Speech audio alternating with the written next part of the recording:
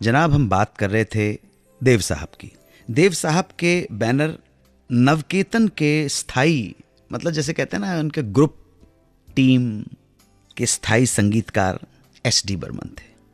इन्होंने अफसर, बाजी, टैक्सी ड्राइवर, 9-2-11 और काला पानी से लेकर गाइड भी की, ज्वेल थीफ भी की और प्रेम पुजारी तक नवकेतन की तमाम फिल्मों का म्यूजिक दिया था। वक्त बदला, लोगों की रुचि भी बदलने लगी। जहां फिल्म संगीत में भारतीयपन था, उस भारतीयपन पर सो कॉल्ड वेस्टर्न म्यूजिक हावी होने लगा।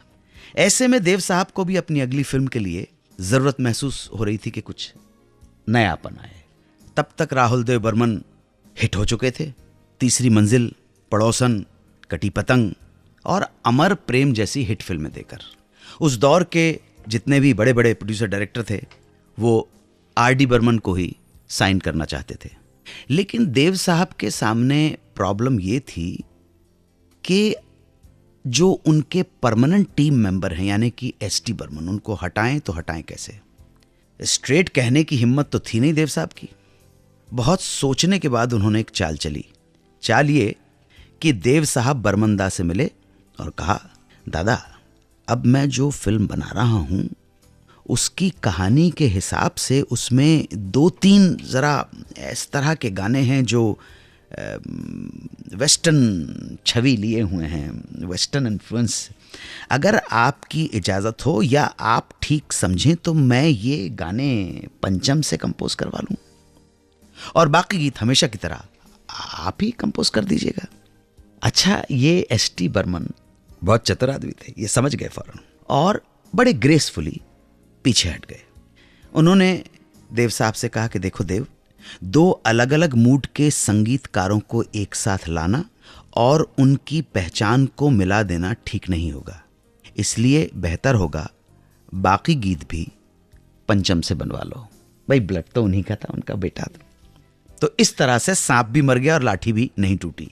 न हींग लगी न फिटकरी, रंग भी चोखो आए। देव साहब की चाल कामयाब रही। चाल क्या, उन्होंने, मुझे नहीं लगता ये चाल, उन्होंने अपने मन में अपनी तरफ से कुछ सोच के दादा से बोला होगा और जो फिल्म बना रहे थे उसमें उन्होंने आर.डी. बर्मन को ले लिया। वो फिल्म थी हरे रामा हरे कृष्णा। उधर जब अपने बेटे का काम देखने सुनने के लिए सचिन दा रिकॉर्डिंग में पहुंचे तो वहां से शर्मिंदा होकर वापस लौटे।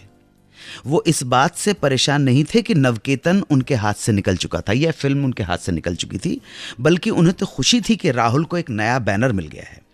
वो शर्मिंदा थे पूरी तरह से विदेशी धुन पर बने गीत दम मारो दम मिट जाए गम को सुनकर, क्योंकि उन्होंने ख्वाब में भी नहीं सोचा था कि जिस भारतीय संगीत का परचम उन्होंने हमेशा उठाए रखा, उसे उनका बेटा एक झटके में जमीन पे लापटकेगा।